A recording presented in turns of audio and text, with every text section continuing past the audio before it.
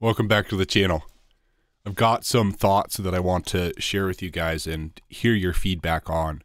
I'm really thinking of a couple things because some of the people that I follow have mentioned a particular topic that I care about in a little bit different way than I've really thought about it before. And it has to do with diversification and the type of plays that are best to make, especially in a bear market. And I want to talk about these with you guys. I want to do my best to give my perspective on things as someone that has made, millions of dollars, and try to share my thoughts, who I'm focusing on, what I'm thinking about, what I'm focusing on with you guys. And hopefully that just provides more value to you. I'm already putting effort and focus into these things. If I can share them with you, it's even more value for my time, I think, than I would be than otherwise. So this is one thing I'm thinking about. We are in a bear market, and how should I be playing with my funds? What should I be focusing on? And I have a particular tweet that's been in the back of my head for a little while, and I want to share it with you guys. It's from Carter Thomas, who I've mentioned on this channel a number of times, but he says, "Most people search for the safe beta at the bottoms when they should be betting on the riskiest alpha." And I think he's basically just saying, the tendency is in times of fear, which is what tends to lead to bottoms. People are looking for safety. That's where fear tends to push you. But really, he's saying you should be looking for where's the most opportunity when things turn around, what's going to have the best upside. Take advantage of those in this bear market. And looking back on my own life, what has worked well for me, I agree. Like buying in the bottoms, the risky alphas, as he says, is where a lot of my wealth has come from. And I think it actually makes me less conservative in bear markets. The time to potentially be conservative, if you're going to be, which I think there is very much a place for that, is when there's not fear and when prices are high. That's when you save potentially, possibly, for a bear market in times of fear. But don't play it the wrong way. Don't play the reverse. When times are bad, those alphas, those things that are going to do well, are going to do very well. And if you can find a couple of those, or even one of them, you're going to have a lot to show for it. And don't, in my opinion, don't let the fear blind you from immense potential opportunity. And looking to my past advice, as I have said, what has led to some of my success, I think those plays that I made in a bear market are what has led to the great majority of my wealth, and it has very much sped up relative to other people, my accumulation of wealth. And Hex, I think, is an obvious example. Hex came out in a bear market. I was transferring Ethereum into Hex. I got into Hex on the very first day, but I was selling Ethereum for Hex. And I think the price when it first came out was under $100 for Ethereum. So I gave up a number of Ethereum for this Hex. And in my mind, it was the risky alpha. It was the risky play that may do very well. I didn't put so much in that if it didn't do well, that I would be distraught and just ruined. But I put enough in. I really was thinking, how much can I put in so this, if this does really well, I'll have something to show for it.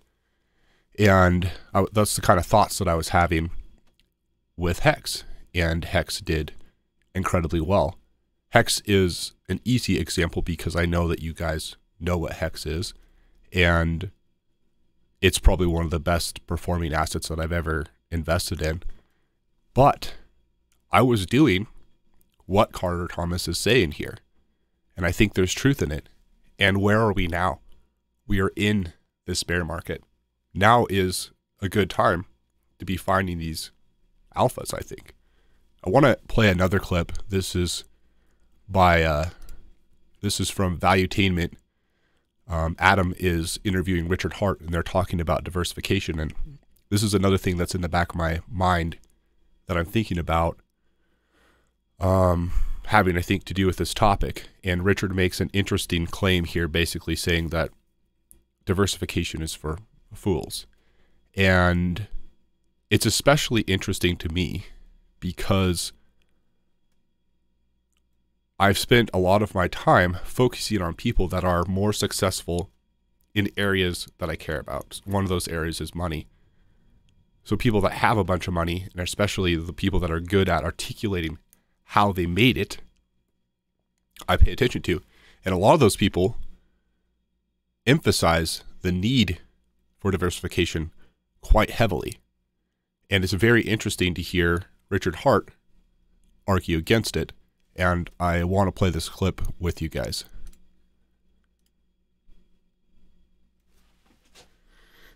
I dilute my crypto gains when I could buy the dip with a bunch of this other garbage that takes 14 years to 2x. And I'm still paying capital gains tax. I'm still only paying 20% cap gains tax if you hold it a year.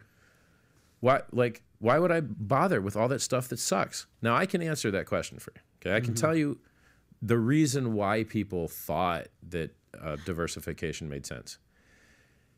If you have a bunch of things that are volatile and you spread that volatility out, it reduces the chance that if you have to sell for some reason, you're selling at like a local bottom in that thing.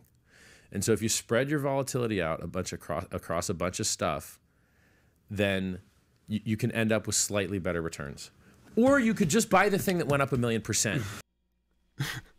I'll keep going, but I just want to say that the first scenario where people are diversifying so that there's less volatility, so that when they need to sell to pay bills or whatever, they're not selling the bottom, does resonate with me a lot. And I've been very intentional myself at making sure that I have funds set aside that if there's massive dips in price, I know those are there and I know I can live through the bear market, for example. And I'm not sure what I think of him making fun of that scenario necessarily, but I want to listen to this.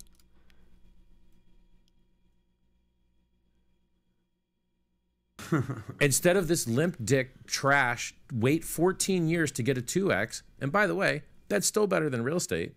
Like the stock market's still better than real estate, and historically. So like, if you only have cash, please buy an index fund of the S&P 500. If you have real estate stuff, probably you're going to do better in stocks. They traditionally do better. But you think real estate traditionally does better than stocks? No, the other way. Stocks do traditionally better than real estate. Yeah. Correct. Yeah. So like, correct. And then, okay, I want to talk about this. So the majority of my income and net worth is in real estate and crypto. And I want to say that what they're saying here, straight up dollar to dollar value, is right. I think the stock market has outperformed real estate on average overall. But I will tell you, people that invest in real estate as an asset do not, they're very, very rarely ever putting in, if they have $500,000, for example, to invest, they're very rarely ever buying a $500,000 apartment complex. They're almost always getting a loan. If they have $500,000, they're buying a $2 million apartment complex likely, and they're getting the income from a $2 million property and the tax write-offs from a $2 million property. When you play real estate like that, and of course you're careful, real estate very much outperforms the stock market, and I would suggest that's why the stereotype, at least in my opinion, of real estate, oh, you're in real estate, is that that person has money. It's because there's a lot of advantages to real estate that if you just glance over them, you don't see. But if, like they're saying, you had $500,000 to put in the stock market, and if you had to buy only a $500,000 investment property, you would do better probably in the stock market. But anyway, I want to talk more about real estate and crypto because I think they can be a very complementary pair, especially when it comes to things like taxes and lasting through bear markets. But let's keep listening. If this thing will play.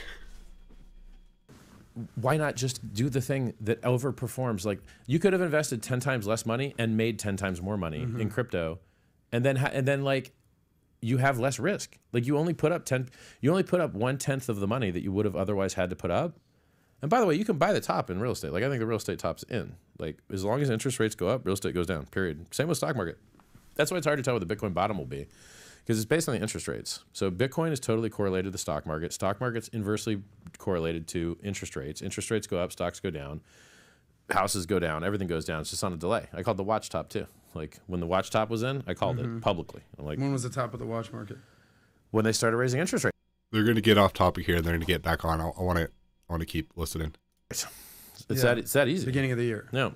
So you're nodding over there. All right, listen, we probably got, I don't know, at least a half hour left. I would like to spend more time with you than that. No.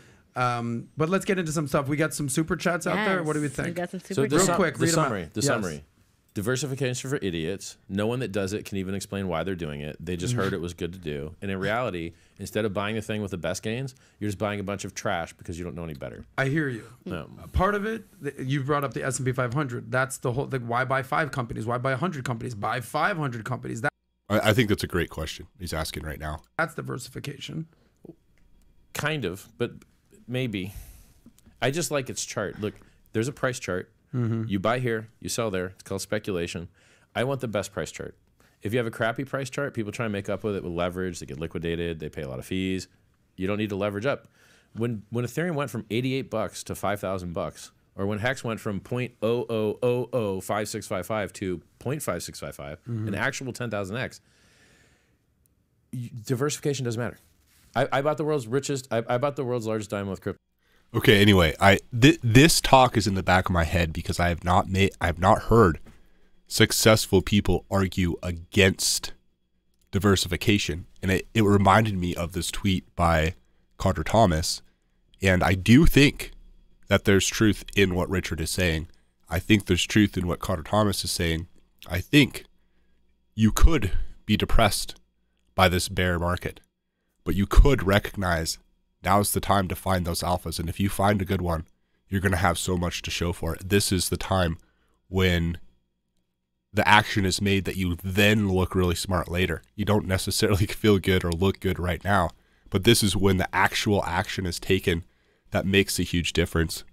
And these are things that I'm thinking about. This is what's in my head, in the back of my head today, and I wanted to share it with you. I hope this is helpful, and I hope that we can find risky alphas in this bear market and have a lot to show for it in the next bull run, for example. Anyway, thank you guys for watching. I'll talk to you in the next one. Have a good day.